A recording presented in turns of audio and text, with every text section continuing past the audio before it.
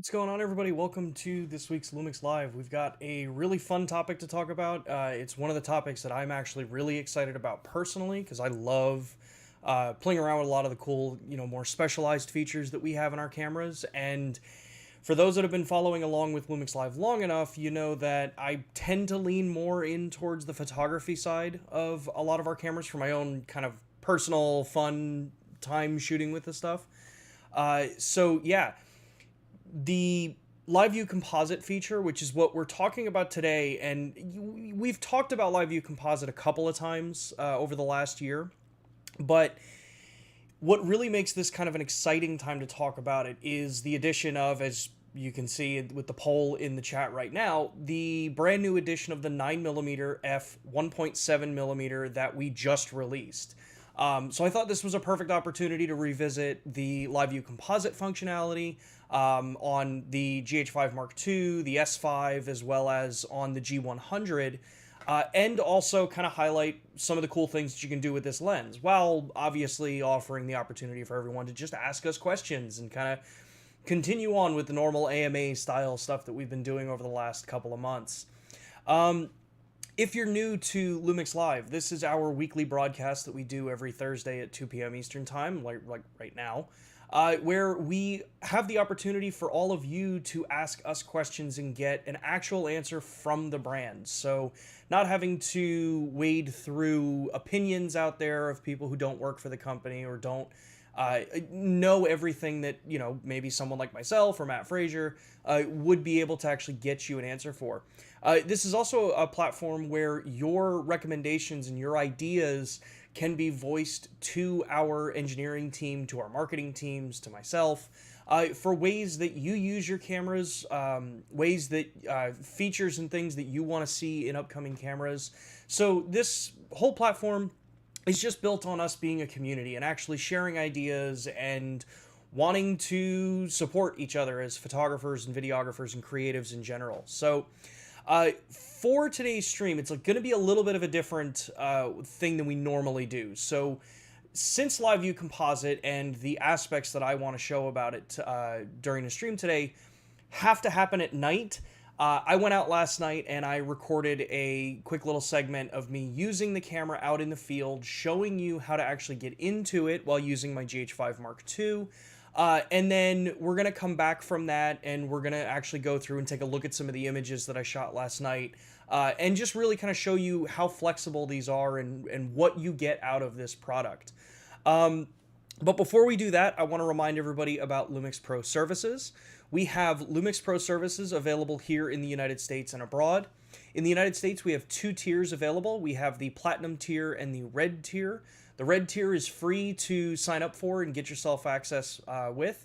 It gives you your extended 3-year manufacturer warranty. It also gives you a bunch of other platform capabilities. So if you ever happen to need to get your camera sent in, you've got one portal to go to get service and support, things like that. So it's a pretty good peace of mind to make sure that, your equipment is supported by us. It's supported by us no matter what, but this makes sure that you get that extra little warranty there.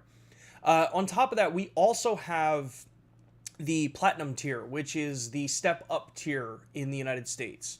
Platinum tier is a paid level service, but this offers you everything that the Red tier does, so that 3-year extended manufacturer warranty. But on top of it, it's going to get you things like 2-day repairs with free next day shipping both ways. You're also going to be getting access to our membership hotline for those of you that would rather speak to a person for support instead of email or chat. You also get 20% off out of warranty repairs, so if you happen to drop a lens or break a camera, this can help ease that blow of the cost that typically comes in when something gets broken and it's not a warranty-covered item. And then you can also take advantage of annual sensor cleanings and camera cleanings, all that kind of stuff. So if you're a working professional and you want to make sure your equipment is in tip-top shape before the season starts, you've got that service and support system behind you. Let's see here. Let's take a look real quick. What am I missing? Oh, if you have questions during the stream, they don't have to be just about Live View Composite. If you've got questions about anything on the Lumix lineup, feel free to drop them in the chat. While we have the recorded portion that I shot last night playing, I'm going to be answering questions in the chat. So in order for me to see those, make sure to tag at Lumix Cameras before it. You'll see a couple of us have been doing that. That just helps me be able to see the questions come up on my chat, so it's easier for me to organize and make sure I get to them. So let's see if there are any questions that came in really quickly. So Chris says, what's the benefit of shooting C4K in both 24 and 60p frames per second over normal 4K? I will get to that question, because it's actually something that, shooting last night, there's a lot of things that we can talk about as far as what aspect ratio you want to shoot in. So, about the 9mm, this is from Alan. I'm sure it's a great lens. Looks to be particularly suited for things like astrophotography. I recently purchased the 8-18 and you're quite happy with it. Yeah, it's kind of one of the nice things about the Micro Four Thirds platform. We've got tons of lens options. You know, the 8-18, if you're someone who likes, you know, kind of the more zoom focus lenses, you want the flexibility of one lens that gets you nice, good wide angle, but also some more of a standardized focal length. Yeah, that 8-18 is awesome. I love mine as well. But every once in a while, having a much faster, you know, fixed focal length lens for wide angle shooting, it's pretty nice. It's a lot of fun to shoot with. Let's see here. FC, like a DG 9mm lens would be perfect for GH6 on a gimbal and walk around in New York City and Times Square. Yeah, it's a pretty fun focal length to work with, and the fact that it's a rectilinear lens, so it's not fisheye, it can be filtered, things like that. And we're gonna cover specifically about the 9mm in a little bit too. But yeah, it's a seriously fun lens on the cameras that we've got. Let's see here. Yannick says, I like the live composite feature on the G90. Will the tips tonight be useful for the G92? Yes, 100%. Live View Composite across all of our cameras, whether you're using the GH5 Mark II, the G95, the G100, or even into the S5. The only difference between each of those cameras is just how you get into the actual menu to do it.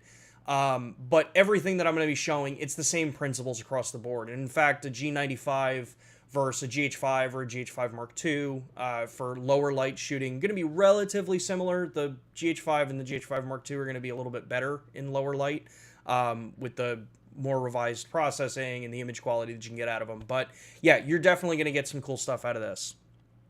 Marcus says, any news about if the S5 gets improved in software updates for showing the focus peaking? I don't have any updates on that. I have asked, between that and some of the other cameras too, I know some users have asked about just the way the focus peaking works. I have not gotten an update on that yet. So let's see here. And then the last question we'll take before we jump into the recorded session, because it looks like we've given enough time for people to jump over, get the notifications for this. It says, I think it's Martin, says, I'm thinking of adding the Vlog license to my G9 for short clips and B-rolls at next month's TT. Hoping to be upgrading to a 25 megapixel G9. Well, hoping to upgrade to another camera. I mean, yeah, we all want new cameras. Unfortunately, I got nothing on new products for you there. But yeah, so let's see here. I think that covers some good questions for now. Let's jump over to Past Me in from shooting last night, and yeah, keep the questions coming. I'm gonna answer them in chat throughout the topic now. So let's go talk to Past Me. So what's up, everybody? We are out here in downtown Austin, Texas, and I wanted to use this stream in particular as an opportunity to talk about the Live View Composite mode in some of our Lumix cameras. So tonight we're going to be using the GH5 Mark II as my demonstration camera, but more kind of special than that is that I'm using the brand new 9mm f1.8 that we just released this past week. So there's a lot of really cool stuff that we can do with our cameras. You know, we've always talked about things like the time-lapse mode and the high-resolution shot, but Live View Composite is one of those kind of more I'd say specialized features that we're really pushing hard with as far as what it really can add to a creative's toolkit when you're out there trying to differentiate your photos from everybody else and maybe try to get a more kind of efficient use of time when you're out actually in the field shooting. So tonight we are actually, it's fairly late at night. It's around like 9, 10 o'clock at night, and as you can hear, I am literally out, you know, right underneath one of our bridges down here in, technically in South Austin. But what typically ends up happening, you know, if you've ever done night sky photography or you've done landscape photography at night, is you end up having to make choices when you're trying to capture an image. So the scene like you see behind me, you know, do you want to have the foreground perfectly exposed, you know, but what about the area up here, you know, under the bridge? What about the lighting under that? What about how bright these lights are going to be over my shoulder? But then also, what about the stars in the skies? You know, do you want to be able to kind of actually have an image that shows the stars right over the city, over, in this case, this the stairway up to the walkway? Or even if we are to turn the camera around and look actually at the skyline, you know, how is that going to look? Do you want to be able to get the buildings nice and properly exposed, the waterfront here, but then also have the actual night sky over it? Well, Live View Composite allows us to do this. Traditionally, when we would kind of work like this and try to create images like this, you would end up doing a fairly long process. So you would photograph for the foreground. So making sure that the buildings are properly exposed and looking correct. You would then also expose for any of the brightest highlights in the area. So in my case, we've got a lot of these street lights all lit up. So you'd want to make sure that you have those properly exposed. And then you'd also take another shot to make sure that the shadow region's exposed properly here, whether that's with external lighting, you know, flashlights, things like that. And that would get you a good blend. Now, we do this in daytime photography with HDR style shooting, and that's been a fairly common thing that we've done forever. And cameras have some pretty straightforward automated ways to do this. Auto bracketing, some cameras have an actual built-in HDR mode. But what shooting at night adds to this kind of whole mix of things is if you want to add stars, if you want to add star trails to an image, even if you want to add pinpoint stars, that starts to get a lot more complicated to where in post, you're going to end up having to take that footage, bring it into the software, merge a whole bunch of these images together just to be able to get the proper image to look the way you want it. So getting that perfectly lit sky and the exposure the way you want it with the right trails or the pinpoints, getting the proper, you know, look of the buildings or the landscape in front of you and the foreground and any other items that you want to add into it. And to do this would take hours for a single shot because your astro part of the shot, so the star trails, that could take 7 hours to shoot, and that's just for that one component of the image, which means typically your foreground and your main subject, or in my case, if I'm referencing the buildings here, they're going to be blown out. And you're going to have light leak into the sky from there. So you're going to end up having a lot of masking to do. Then you have to do another shot for the foreground, like I said before. So this becomes a multi-hour process for a single image. And if for some reason you forget to trip the shutter or you let it run too long, you're kind of out of luck at that point. That shot could be ruined. It might be able to be saved with a lot of the flexibility that modern cameras have. So it just becomes a big challenge. This is where Live View Composite really becomes the perfect tool for this kind of shooting. So the way this works is it's going to take a dark frame of an image based on an exposure that you set up as what your interval is going to be. So think of this as how some companies do multiple frames to create neutral density effects, right? It's going to take one image that's kind of like your base image. That's going to read the noise in the image, the hot and stuck pixels, because all digital sensors have those, and use that as your noise reduction layer. Then after that, you're going to be able to go in and say, okay, I want to be able to shoot, my shutter speed is going to be, say, 1 second, and then I want my ISO to be, say, 1600 or 2500 or 3200 if you're trying to capture night stars within a relatively well lit area. So what this will do is let you take that photo, expose for the brightest part of the foreground that you want. So say in my case, the buildings or the lights behind me, I don't want them getting blown out any more than they already are. So I would expose so that this image looks close to like how you see it right now. But with Live View Composite, when you click that shutter, you get that first image, and then you get the ability to actually have it just run longer and longer and add more bright parts to the image. This lets you do things like light painting. It lets the stars begin to actually come through because the stars are brighter than the field of sky that they're on.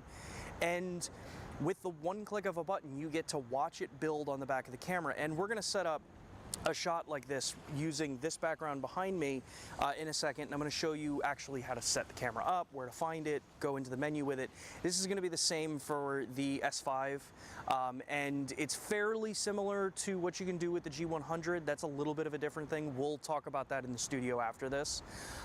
So we'll take a shot here, look at the how I get the camera set up.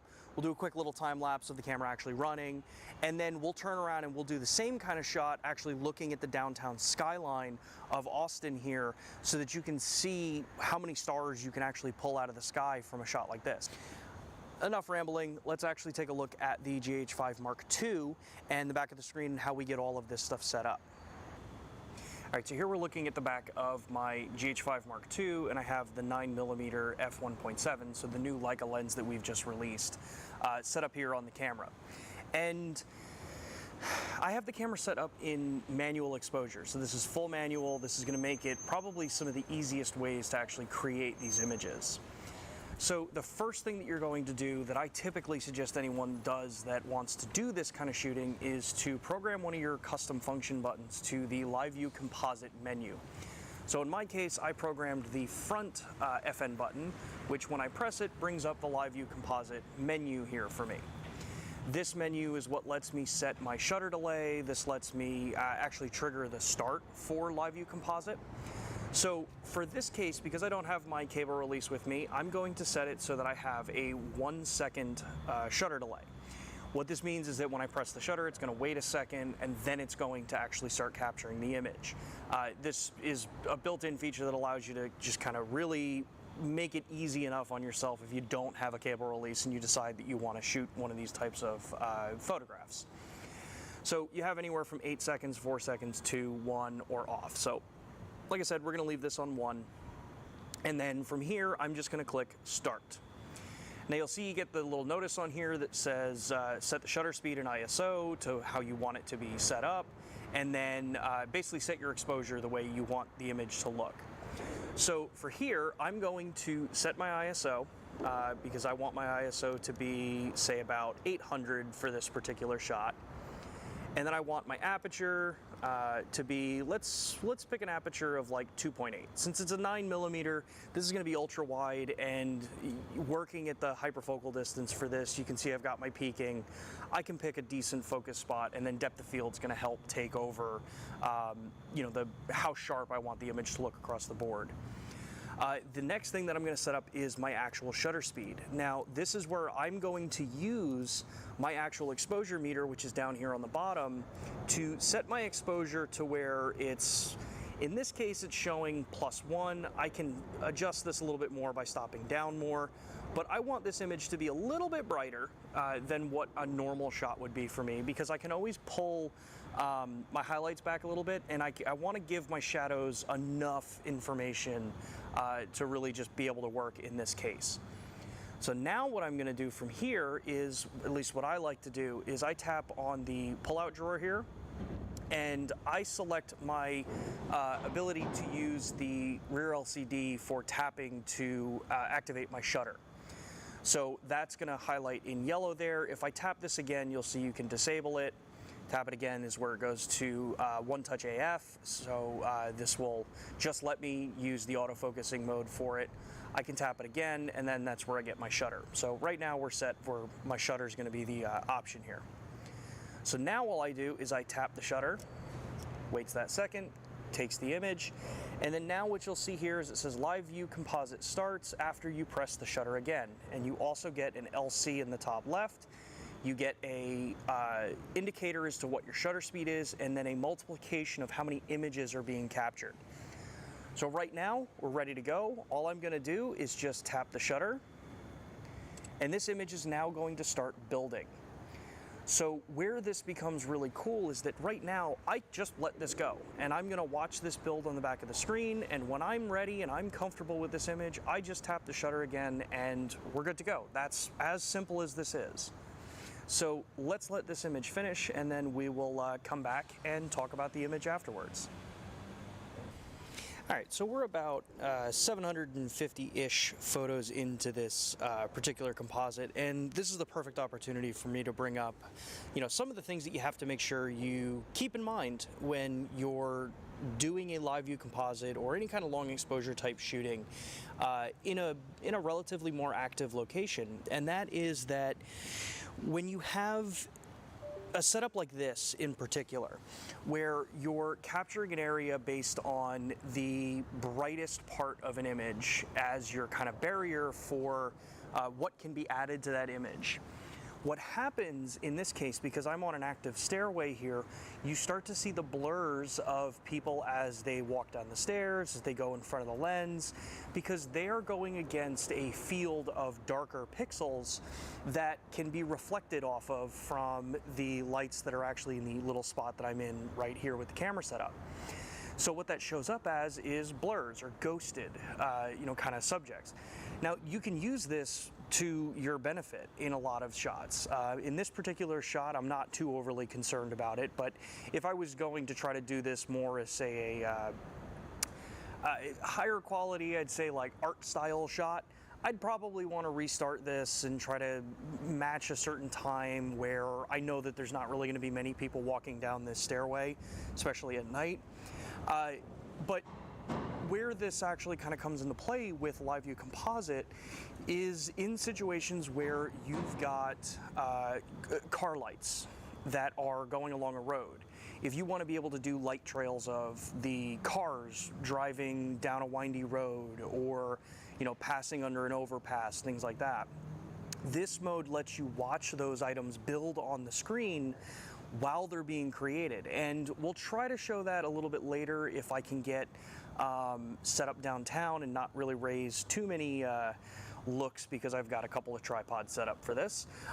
But just something to be aware of when you're going to capture an image like this. So for this particular demonstration, we're going to take a minute here. We're at a little over 1,000 images, and what I'm going to do from here now is I'm going to stop this image. And right there, it has stopped the image, it's saved that photo right into the card. And if we go in and actually play this image back, a couple things to note here about this is that, one, the image that's captured in this mode will be a RAW and a JPEG image if that's how you have your camera set up. So right now I've got it set up as RAW plus JPEG, so it saved out a full 20 megapixel RAW file and a full 20 megapixel JPEG file because that's the resolution of the camera that I'm using, and I'm using the full sensor capture for this. I'm not shooting it in 16:9 or any of the other aspect ratios. All right, so now we're here up on the overpass, crossing the lake right into downtown Austin. And I've got my GH5 Mark II set up here, looking at the skyline with the lake in the foreground and a fairly decent amount of sky above the city. So what I'm going to show here is we're going to have the camera set up the exact same way that we did when we were under the bridge. But what I want to look at here is what happens to the water as it's moving, what happens to the buildings, but then also how we can bring those stars out from above the city into this one particular image. So we're going to get everything set up here. We're gonna get the camera set up just like we did before, and we're gonna let this run probably for, let's say, another 1,000 images. And then we're gonna go over some of the things that you wanna make sure of when we get back into the studio. Some things you wanna watch out for, some takeaways from coming out into the field doing this. I said I'm not on the most stable tripod that I have for this. That's what my GH6 is set up to record on right now. But yeah, let's jump right into it, take this photo, and see what we get. All right, so that was the obviously the kind of overview and everything of shooting with live view composite actually out in the field for what I shot last night. As I said in the video, let's actually take a look at some of these images. So before I jump into that, let me just double check, make sure I didn't miss any of the questions that came through here. I think I answered most of them over the chat. Martin, this is one I didn't answer yet. Notice that Panasonic Maker Notes in EXIF Tool do not have all the shooting attributes embedded in the MOV files yet. Hoping this will be fixed in firmware update. One of the things that I have noticed is when you go, like, because I use media info to check the metadata that's attached to the video files. If you're on Windows, I think it's free. I think if you're on Apple or Mac, you have to pay for it. It is like the info is in there, what your ISO's at, kind of info like that. If there's specific things that you're not finding, let me know, Martin. You can drop those in the chat, and then I could do a little more research into that side of it. The other thing to note too is with the GH6, it has a couple of different ways that you can record files. So there's the DCIM, or the photo style way of storing imagery, and then there's the cine style. So one of the other things to maybe take a look at is change the camera system over to shooting in the cine style file naming structure. Your stills are still going to work fine. They're going to drop into the DCIM folder, but your video files will now allow you to identify which camera, which take, when you change cards, things like that. I haven't done enough research into see if that changes what metadata is included, because my understanding is EXIF data is also tied to file structure and things like that as to what can be stored under a different file structure. So I think we talked about that last week, but I can cover more of that on a future stream as well, the different file structures and things like that. So let's actually get into here and start looking at go to my right screen here. Let's actually start looking at some of these, some of those pictures that I shot last night, so we can start talking about them. We'll go there. Cool. All right, so let's minimize this. I can't see the chat right now, just because of the. Actually, you know what? I can probably do this. Let me do this.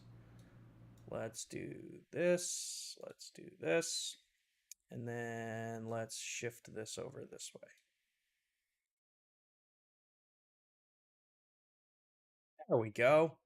Now I can at least see the chat, and we've got all that kind of stuff here, though. So, all right. So as we saw here, so this was that first image, or one of the first images that I showed. Actually, this is the first image that was on the back of the camera during that particular segment. Now, some of the cool things to take a look here is that, one, this is about a 1030-ish photo compilation using Live View Composite with a half-second exposure. So the metadata that you're going to get back, because it's a single image, it stores it out as a single image, is going to say half-second, f2.8, ISO 800. And reminder, this is shot on a GH5 Mark II. So a couple of the really cool things here is that, one, it's a RAW file. So if I go into my library here, you'll see that it's got all the regular information here. It's my GH5 Mark II. It's shot at 9mm. It's the 9mm f1.8, 1.7. I think I said 1.8 in the video. I meant 1.7. You know, the 20 megapixel, everything there. It is a RAW file, and then I have my JPEG as my sidecar. So when I come in here, there's a lot of cool stuff that you have with this. So one, in Lightroom, you have all of the color profiles that you can select after you've taken the image. So I had this by default set up as like 709, because most of the time with my GH cameras, at least GH5 Mark II, it's usually been used for more video focused using. So that's why it's set as like 709 for my color profile. But if I don't want to do that, all I do is I come into Lightroom and I can change it to any of them. So I can flip it to L Classic Neo if I want. I like working in monochrome, so I can flip it to a black and white image and get my shot here. But a couple things to note here is that right now, with no adjustments done to this image at all, what you notice is that for an image that would be roughly it's a couple of minutes long because it's a little over 1,000 images. So let me pull up my calculator here. So if we did 1,000 images and they are half-second shots, you know, you're talking a 500-second image. So when we start looking at that, that's where you're getting, you know, something that just kind of looks a little odd that it would be a singular image. None of the highlights are blown out more than they really should be. So like I said, I set my exposure a little bit brighter than normal during this shot. So that means that I know that my street lights are going to be a little more overblown. I'm not too worried about that because it's a night photo. I'm not looking for, you know, the ultimate dynamic range of being able to see the filament or see the LED individual diodes in these lights while also being able to see the shadows. But I chose a relatively neutral stance here for this. So let me change this back to standard. Things to also kind of notice here is, like I said in the video there, this is where you have to also be cognizant of what happens when you're doing an image that's based on the brightest part of an image already being set at the first shot that's taken. So right here, you'll see that because the sky is a darker field of pixels, they're not as energized with photons, any brighter information that's going to be recorded over that particular pixel is going to bleed through and build upon for that particular photo site. So that means that as these people walk down the steps, you get some of these weird ghosting effects and things like that. If they stand still long enough, they actually start to imprint on the image. So you can see that with this being a half-second image, you see about a half second as to how long they were moving and staying in frame. This is where if you've got experience with photography in the past, one of the things is that you typically, if you want something to show up in an image that's a long exposure, you want that item to be in the frame for at least a third of the overall time that your exposure is going to be happening at. So since this shot is technically a combination of half-second exposures, that would mean that anything is going to show up in this image that is within the field for at least a third of a second, a third of the half-second time. I'm horrible with the numbers, so I can't really kind of figure out the overall answer for that, like the math for that one. But a couple benefits that happens here. One, you get to watch this build on the frame. So as I saw these people walking over the bridge here, I could have stopped this image, waited for them to pass, and then start over again. That's the beauty of using Live View Composite, is that I'm not stuck where I'm trying to get this exposure for the stars in one shot, which is going to take hours if I want to really, you know, do a shot where it's these stars are fully spreading across the sky. The foreground becomes just, you know, expose it the way I wanted, which would have been a half second at f2.8 at ISO 800. Makes it super simple. That's how the foreground would look, in the image. The benefit here, and it's one of the things that I mentioned during the video though, is that traditionally with the more common way that we used to do this, I would also be taking a third exposure, which would be letting me expose for this shadow region, so under the bridge, if I didn't have a flashlight or something to light it up myself, which I didn't have at this point. So modern sensors make it easier to do this because your shadow dynamic range is usually a lot better than what we used to work with. So I can not have to worry as much about these shadows, which is one of the reasons why I shoot maybe a little bit brighter for these, because I know that I've got more than enough information in my shadow region here. If I look at my histogram, nothing is blown completely out in the shadows. They're buried there. So I would need to bring them up to work with it. But then the other thing that you can slightly notice in this image is, so there's the people that are walking here. But then if we look down in the corner here, you'll see that we already have one light trail that came through here. And the nice thing with this is that you also get the added benefit of passing car lights also add into this image for some additional brightness to fill in some of these shadows, so they're not fully buried down into the basement of the exposure values. Now, when we look at this image and we go up into the highlight or the star region here, you'll see we've got some decent looking star trails. Obviously, this is a quick demonstration. I would, if I'm going to be doing this normally, as more of, I think I mentioned this in the video, if I'm doing this more as a, kind of artistic style shot, I'm going to let this run for probably the maximum 3 hours that the system lets me do, because that will let me go in here and say, I want these star trails to be, all the way across the sky instead of these smaller ones. A tip for those that want to get into shooting like this and maybe want to try some stuff, there's a weird kind of valley that you want to watch out for in your exposure times for this kind of shooting. If it's too short, well, not really too short, you want to either pick a shutter speed or a duration that your shutter is going to be open for in the end combination of the images, to where you either have pinpoints of light or long star trails. If you pick the valley regions, so let's say this is going to be, because like I said, this is a little over 1,000 images. If I did this for about 100 images, the thing that ends up happening here is these star trails, because you're combining all of them, instead of looking like a pinpoint of light, it looks like a slight little blur of light. So instead of pinpoint, you get a little bit of a kind of, maybe it's only a couple of pixels wide, but it ends up looking like it's really just out of focus, not as like you intended it to happen. So one of the things that I love using, and I'm going to switch back to my main camera for a second. One of the apps that I love using for this stuff, that helps me figure this stuff out is, and let me go back to my setup here so I can see, is the app called PhotoPills. So I use PhotoPills to figure out my exposure calculations and times. This lets me go in and pick basically the camera that I want to work with. You pick that up on the top.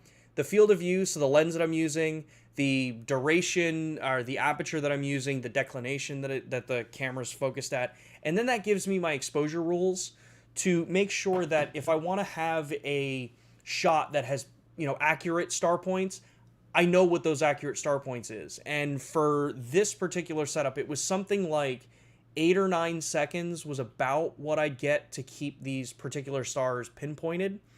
So you can set your exposure to do that, and that can actually make things a little bit easier for you, but then you got to raise your ISO or open your aperture, the kind of normal things that we work with on exposure values. But yeah, just be cautious of not going slightly too much longer in your shutter duration when you're trying to use this feature for more of a pinpoint star setup, which you can totally do because you don't have to shoot for star trails like this. So there's no need to have to only use this for long sweeping star trails. You can do this where if you know that this shot would be about an 8-second image to get pinpoint stars, you can do half-second exposures with the building of that image to create an 8-second image. It's a little bit more of an abstract way to use it, but it 100% works. Let me take a look at some of the questions before I move to actually looking at what we can do with this image. Let's see here. Why in photo mode pictures? So, pal, I kind of answered that before. I don't really have that much of an answer for you when it comes to ISOs lower than 800. Other than I'm not getting the same results, or at least I shoot the cameras in real world scenarios. I don't sit and shoot test charts all day long. So yeah, I'm probably not really the person to necessarily ask. From a technical perspective, DR boost is always on in photography. I don't know what or if there are any cutoffs for it. So let's see here.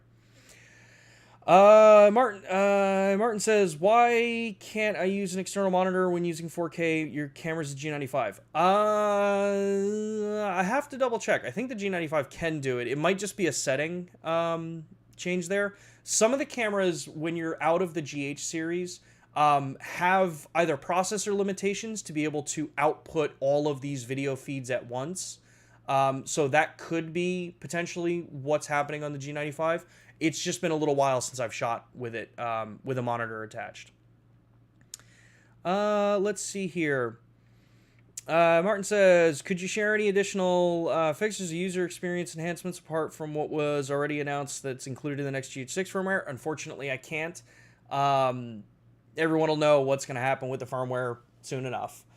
Let's see here. How can I become a Lumix ambassador or try equipment? Build a community that follows you on social media and online. Provide benefits to the community. That gets you on our radar, and if you make a big enough splash, then our manager for the ambassador team may reach out. Yeah, it's really, our ambassadors are built on the idea of supporting the community, adding value to the photography and videography industry. So, let's see here. JKP, a little off topic. Is there any plans to add SynchroScan to the S5 like what's on the S1H? I don't believe so. If you need SynchroScan, you have to go to the cameras that are designed for it. Not every camera is going to have every feature, either for a physical limitation of the software design or the hardware in it, or because that's not what the camera is designed for. So yeah, if you need SynchroScan, you got to go to either a GH series camera, an S1H, or I think, no, the S1 doesn't even have it. Yeah.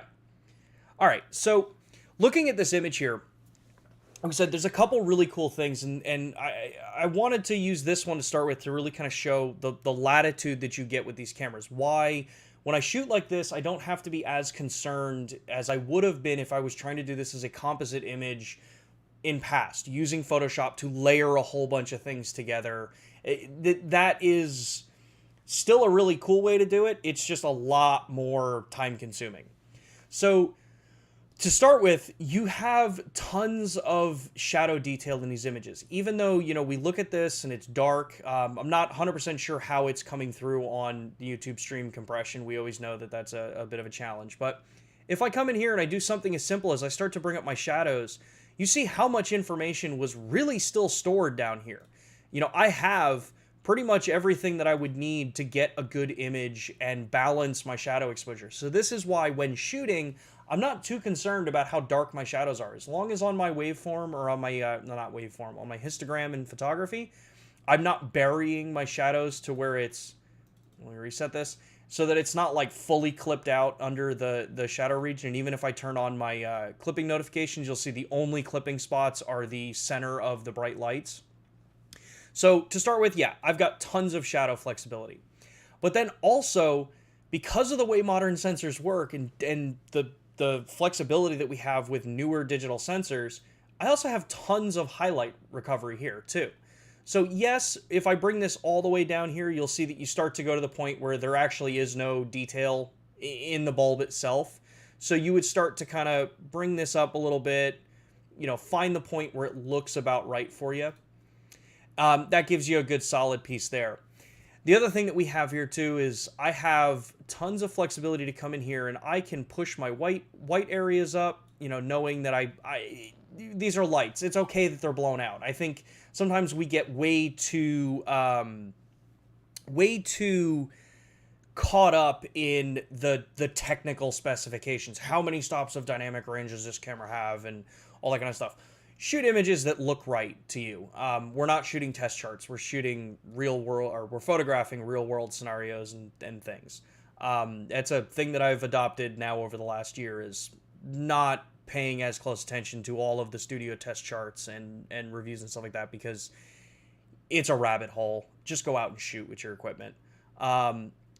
If I boost my contrast here, I can get my sky to look a little bit nicer.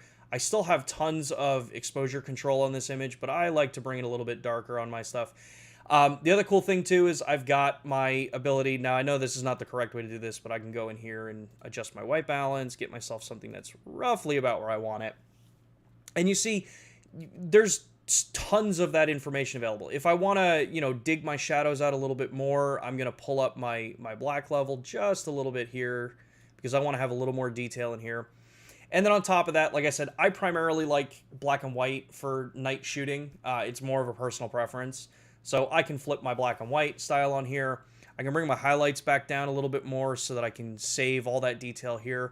And ultimately, what I'm trying to show here is that one single image, I don't have to go through all of that other process to merge these together in Photoshop, because I had to take 1, 2, potentially 3, maybe 4 images, and then spend the hours between each of these images to create them. It's one image, and then now, cool, I'm done. This is a happy image. Let's move on. Something that I wanted to show here is also another side benefit that you get with Live View Composite. So we're going to look at the basic image first. So this is that shot looking off the bridge at downtown Austin. This is a true half-second image, f2.8, ISO 800. And when we come in here, you'll see that you get noise. It's an 800 ISO image, micro four thirds, but you don't really see many of these stars up in the sky, right? You get a little bit of these pinpoints, and someone who may not be super comfortable with editing may look at these and say, oh, maybe those are hot or stuck pixels. I kind of want to remove them because they don't really look that great. And this is one of the things that happens when that kind of valley that I was saying that you want to be careful of when you're photographing for pinpoint stars or a light star trail. There's a fine line between it looking right and it looking like it's a missed focus. So to start with, not a ton of detail up in the sky. That I was shooting because I wanted to see stars in the sky. And this is very close to what the representation was with your own eyes. You could maybe see 1 or 2 stars. You're not really, it doesn't really look like there's anything over there. And this is in downtown. You can see how bright this image is. But if I come in here, and I'm just going to throw an auto on this, and let's change this to tungsten. All right, makes it better. I can see a little bit more of those stars there, but nothing really too spectacular. I don't really see anything in this image that's like, oh, okay, cool. I could have taken this with almost anything. Your noise structure for an 800 ISO image, yes, you're going to have a little bit of noise. Personally, I like the way our noise structure looks in cameras. It's a lot more randomized. So this image ends up being, okay, it's cool, give or take. Almost anybody can shoot this image. Actually, anybody can shoot this image. I never want to disparage anyone from being able to shoot or say that they can or can't shoot these images. This is about as basic as you can get, and it's a straightforward image. But what Live View Composite allowed me to do is take this base image, click in here, and now look at how many more stars you're actually seeing in the sky. Now again, if I were to do this image and take it for around 3 hours, you're going to get really nice long sweeping effects for those star trails, and it's really going to start to fill the sky up and show you some really cool looks that are there. They are inherently there. This is not an image that's taken where I'm superimposing a different sky on this image. This is exactly what's above downtown in Austin right now. And if you're smart, and not like me in this case, I would have probably reframed this so I have the North Star kind of within post, because you can see roughly where it's going to be, which is going to be somewhere probably over here. This lets me go in there, add that little bit of an extra flair to an image. I can come in, let's change this to, let's do landscape for this one. Let's change my white balance to tungsten. These are rough edits. Other people are going to need to kind of play around with their own settings here. But then again, still, I have a lot of shadow detail I can play with. So I can bring up so I can see under the bridge. I can start to get some detail down here in the foliage on the green belt. I can come in and start playing around with my white point, bring this up just a little bit because I really want to have, that kind of nice bright whites in this image. But then I can come in, pull my highlights back down a little bit so I don't blow out the building lights too much. I can shift my black levels just a little bit to bring this up. And then what else would I do to this? I'd probably add a little bit of contrast, brighten the whole image up just a little bit. And for those that are curious, this is where I would look. What I'm looking at in this image right now is I'm making sure that I'm not clipping any of my highlights. So that's why I leave my shadow clipping on. You see, right now, I'm not clipping any of my highlights, maybe save for the really fine edges of some of these things. But what's important to look here, and something that I've purposely not mentioned, is, as you saw in that video, I'm standing on a bridge. It's a concrete bridge over the lake in downtown. If you've ever tried to photograph something off a bridge in a long exposure, you know that bridges move when cars and trucks drive over them. And as you heard in the audio, cars and trucks were driving past me on this bridge, to the point where, standing on the bridge, I can feel myself bouncing because the car or truck moves over the bridge and the joints flex. Traditionally, it's not really advised to do long exposure shots on any kind of structure that's going to move because your image is going to be blurry. But with Live View Composite, and the fact that it's paired with our cameras like the GH5 Mark II that has some industry-leading stabilization, I don't really have to worry about that. This is 1,000 images. I made sure to stop this one at 1,000 images at half second each, and it's still sharp. There's no motion blur in this image. So the stabilization also helps with Live View Composite so that you can do shots like this where you don't have to necessarily worry about is there going to be motion because the wind blew against my tripod? Is there going to be motion because I'm on a maybe not so perfectly stable platform? And you get all of that flexibility to work with it. Now, the other really nice benefit with this is that if we look at the sky here, and I go to my comparison here, if we look at these two particular shots, and if I go to my, actually I don't want to do, I want to do comparison, reference view, thank you. So let's take a look at this reference here. Oh, drag and drop, derp, there we go. So one of the other things to notice about Live View Composite is if I look at these two images side by side, and just for sake of making sure that this looks about as close as I can get it, let's do this. Let's paste the same exposure changes here. All right, so these are based on the same exposure. Look at the noise difference that you get. So if I wanted to do a long exposure at 800 ISO on a camera like this, you see how much noise you're typically going to have in an image. And yeah, there's software to correct for this kind of stuff, and you can clear it up. But because you're doing a composite image and you're taking multiple frames and overlaying them on top of each other, you also have the ability to reduce the noise that shows up in the image. So instead of having just a single frame that's got a single frame worth of noise, Live View Composite also starts to help blend out that noise and create a cleaner looking image at a higher ISO. So lots of cool flexibility that you get here. And when you look at these two side by side, you can see that, yeah, the one with the star trails is going to gain more attention. It adds that extra level instead of just kind of a standard, photo of a city skyline. You get a lot of fun and a lot of flexibility that you can make with these kinds of things. All right, let's jump back and start talking about some questions here that came up. Put this back over here so I can see the questions. All right, let's see, where are we? Let's see here. Photoshop locked up on me when I tried to composite too many layers. Yep, that can definitely happen. The traditional way of doing composite images definitely was more software demanding and hardware demanding for your computer. So you really needed to make sure that you have a good processor, a ton of RAM in the computer itself, so that you know that you've got the headroom for working with this stuff. And typically now with GPU acceleration, you wanted to make sure that you've got enough, powerful enough GPU to do this kind of stuff. Let's see here. More conversations on the DR Boost stuff. Unfortunately, I don't really have anything else that I can add to the conversation at this point. Let's see here.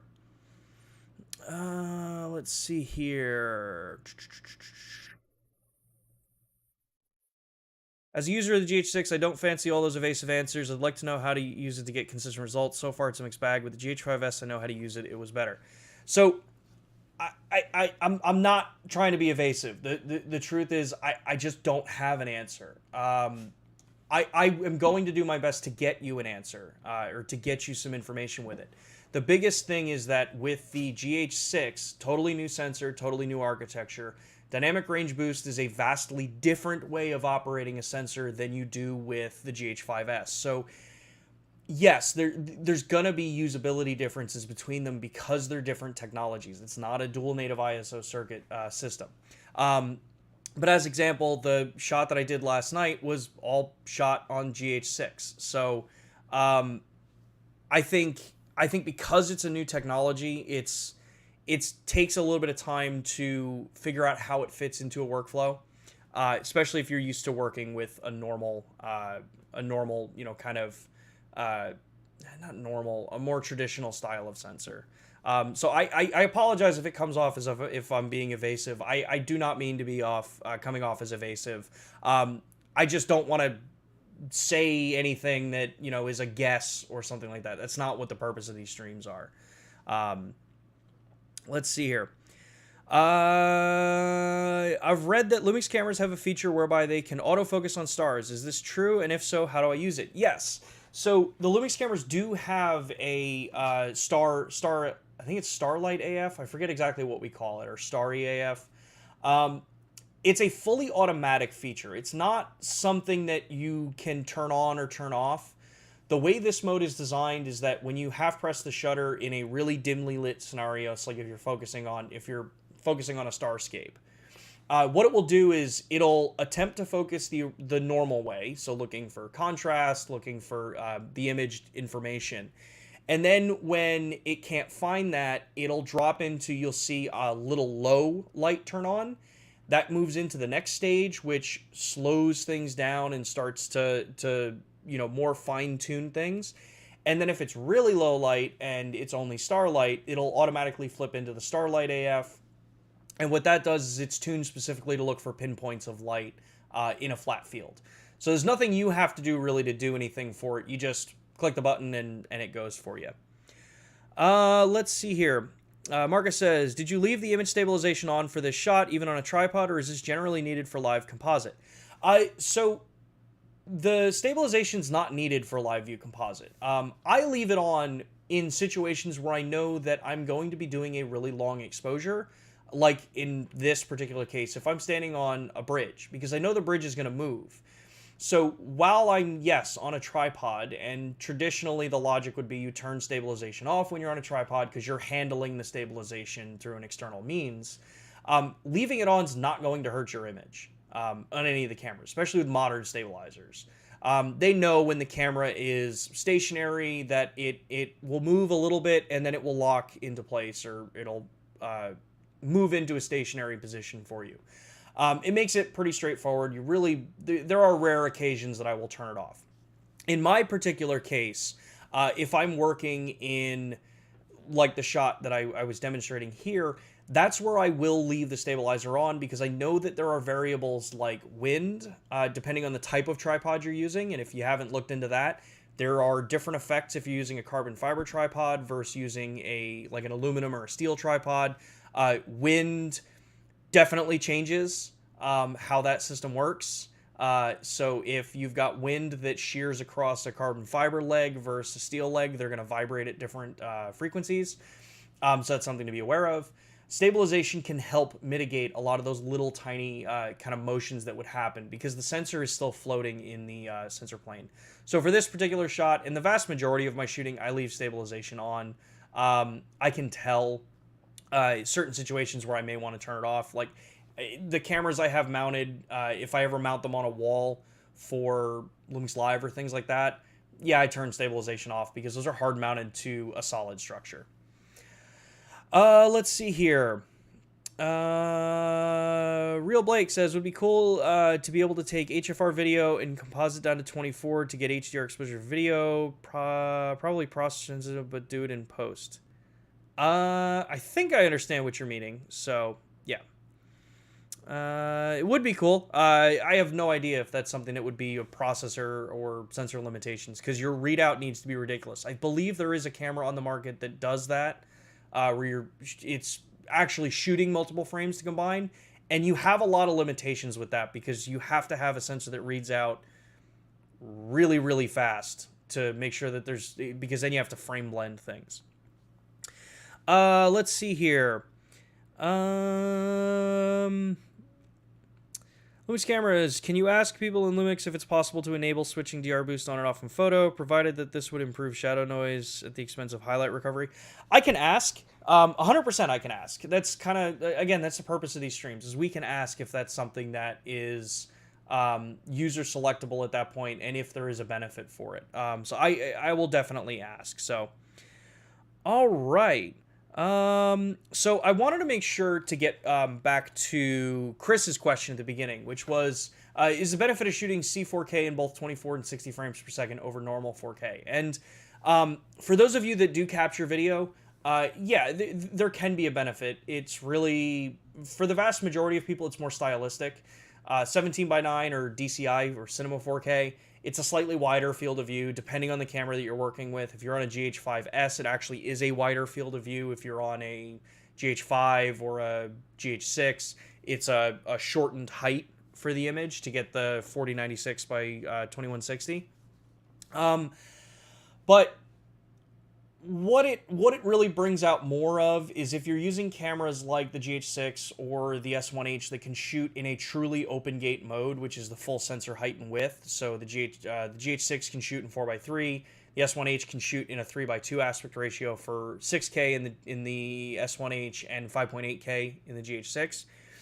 It means that you just have that flexibility to change the aspect ratios however you want. Now, when you're working with this, I believe the follow-up question was, to film in Cinema 4K, how would you set up your timeline in Final Cut? Leave it at normal 4K size or set it to Cinema 4K dimensions? This is going to depend on what the purpose is for your output.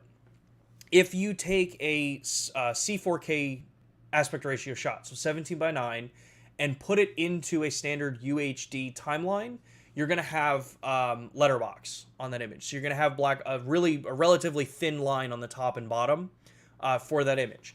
It can look cool, and there are certain times where stylistically you want to use it. There are also the times where it's not really that big of a difference there, to where if you're trying to put CinemaScope on a UHD timeline and get really, cinematic black bars, that's really the only differences there. If you actually shoot it and then edit the project as 4096 by 2160, when you load it to things like YouTube or Vimeo or other platforms, it's going to load up as that. But what's going to happen is anyone that views it on a 16 by 9 monitor is going to see letterbox on that image.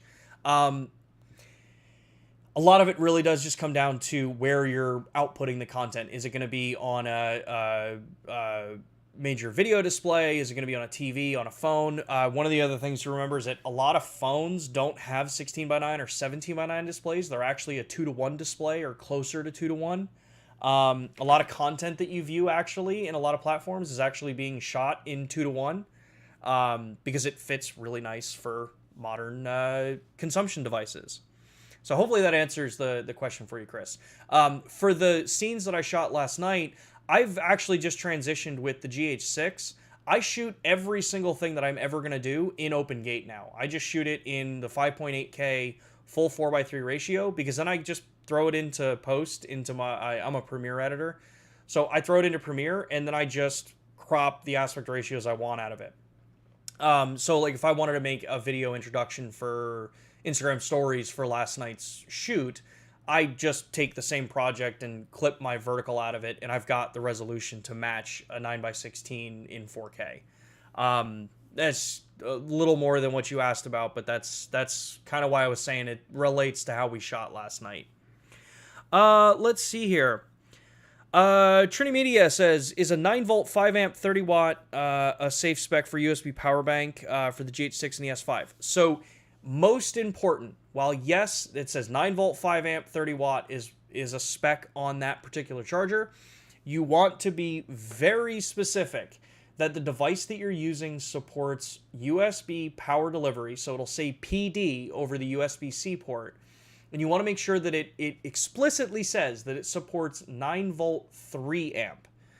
Anything over that is fine, but if it's not communicating to the camera that it supports specifically the 9-volt 3-amp communication and the power, you're going to either get the notice on the back of the camera that says, hey, power the camera off to charge, or, well, really that's kind of the notification you get. It's just turn the camera off to charge. Even if it's a higher spec, you're still going to get that notification because the camera's designed for power and delivery, the GH6 is, to support 9-volt 3-amp for power and delivery.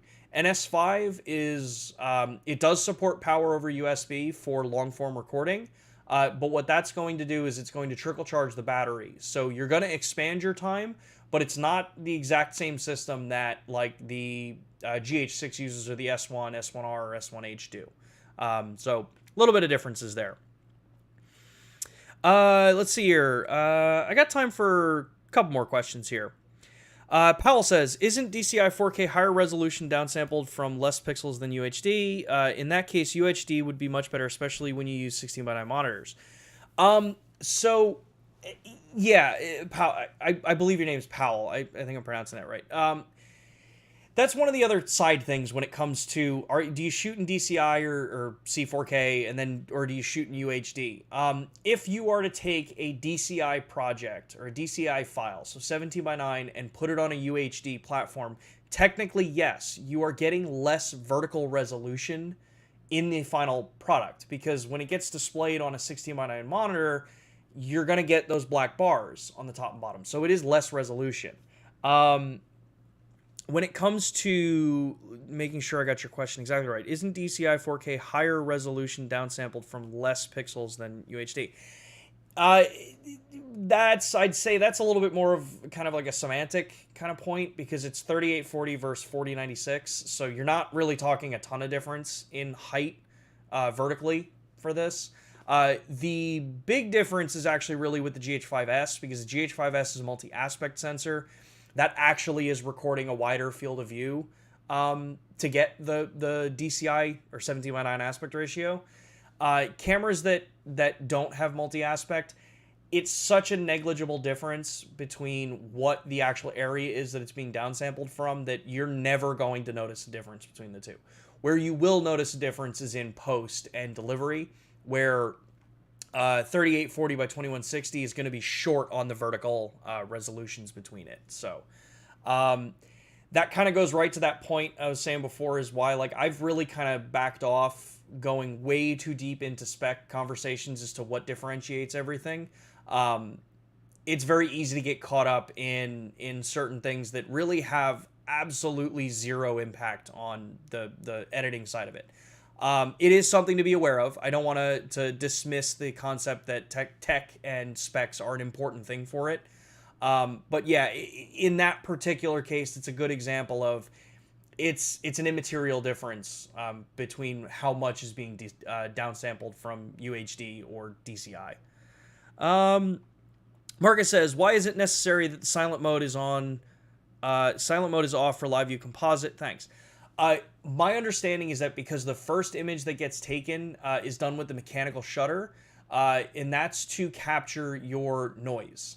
So that's to capture the black frame for your noise reduction algorithms. Electronic shutters typically run a little bit different. Gone are the days that electronic shutter reduces bit depth, so that's not anything that has to be concerned about. That was over a decade ago that cameras would function like that.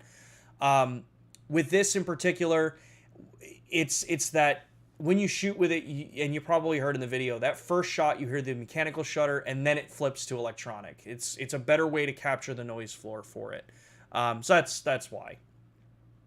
Let's see here. I can take 2 more questions and then we're gonna call it for today. So let's see here.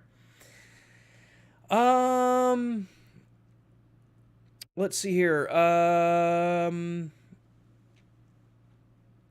Cameron, can I use the battery that comes with the GH6 in a G9 camera? Yes, you can, 100%. The GH6 can use the BLK22 and the BLF19, same as the G9 can.